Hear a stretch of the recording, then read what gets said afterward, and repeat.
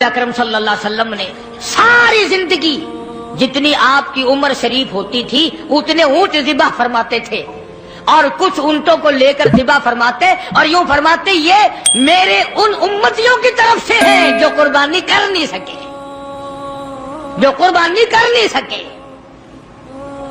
آج کل رسموں کے لیے تو پیسے ہیں، فلموں کے لیے تو پیسے ہیں، ٹیپ ریکارڈوں میں سیل ڈالنے کے لیے تو پیسے ہیں، ٹیلی ویژن چلانے کے لیے تو پیسے ہیں، بدماشی اور فحاشی اور بے حیائی کے لیے تو پیسے ہیں، اگر نہیں ہے تو اللہ کے نام پہ قربانی کے لیے پیسہ نہیں ہے۔ بڑا خوش ہوتا ہے بابا آدمی، چلو یار حصے کے پیسے میں نے بچا لیے، چلو یار میں نے حصے کے پیسے بچا لیے۔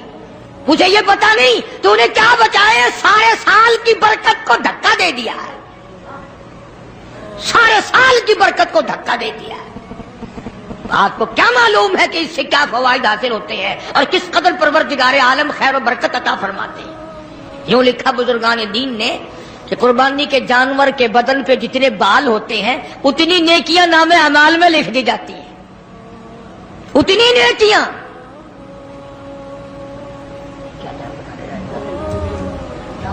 تو عرض کر رہا تھا حضور اکرم سب کا جو صلی اللہ علیہ وسلم کی ذات اقدس نے ہمیں سارے کا سارا مفہوم سمجھا دیا۔ اور معراج والی رات میں اللہ پاک نے، فرشتوں نے حضور کریم صلی اللہ علیہ وسلم کی خدمت میں عرض کیا کہ یہ جنتی براق ہے، آپ سوار ہو جائیں۔ فرمایا میں سوار نہیں ہوتا، سارے کہو سبحان اللہ۔ فرمایا میں سوار نہیں ہوتا، کیوں؟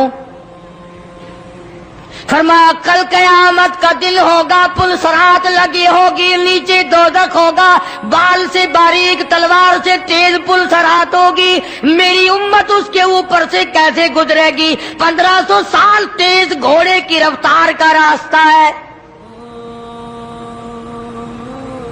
میری امت کا انتظام کیا جائے صلی اللہ علیہ وسلم۔ اللہ پاک نے کیوں چلا دیا بخار؟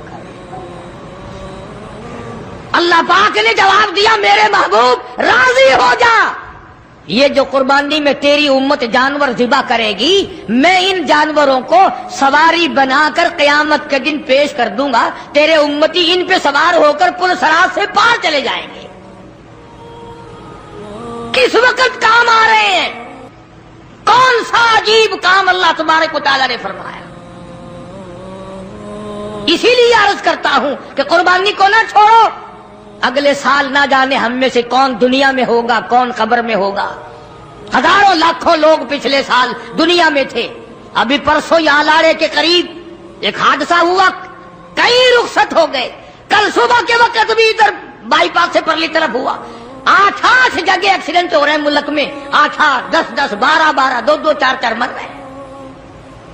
نہ جانے ہم میں سے اگلی عید تک کون قبر میں ہوگا اور کون دنیا میں ہوگا۔ اس لیے نماز بھی اخلاص کے ساتھ پڑھو، نہ جانے ہم میں سے کس کس کے لیے یہ آخری نماز ہوگی، کس کس کے لیے یہ آخری قربانی ہوگی۔ قربانی کے جانور کے قریب کھڑے ہو، جھولی پھیلاؤ، قبولیت کی دعا مانگو۔ اللہ پاک فرماتے ہیں خون کے قطرے زمین پہ بعد میں گرتے ہیں، میں پہلے قبول کر لیتا، میں پہلے قبول کر لیتا ہوں۔ اور ہر وقت دین و ایمان کے لیے قربانی پہ تیار رہے۔ کچھ لوگ ایسے ہوں گے قیامت کے دن، حضور کریم صلی اللہ علیہ وسلم نے فرمایا کہ اس گھبراہٹ والے دن میں یہ آواز لگے گی، 50,000 سال کے دن میں آواز لگے گی، اتنی لمبی لمبی زبان لٹکی ہوئی ہوں گی تو آواز لگے گی۔ جب ماں باپ بے اولاد کے اور اولاد ماں باپ کی نہ بنے گی، بیوی شوہر کی نہیں بنے گی، خامد بیوی کا نہیں بنے گا، اس دن کیا آواز لگے گی اللہ پاک کی طرف سے؟ آؤ میرے گھروں کو آباد کرنے والے آ جاؤ، میری مسجدوں کو آباد کرنے والے، بنانے والے، چمکانے والے، اس کی رونق بڑھانے والوں آ جاؤ، تم دھوپ میں نہ کھڑے ہو، میرے عرش کے چھاؤں میں سائے میں آ جاؤ۔ کئی لوگ پاگل سمجھتے ہیں جو مسجدیں بناتے ہیں نا، ایسے روپیہ خرچ کر رہے ہیں،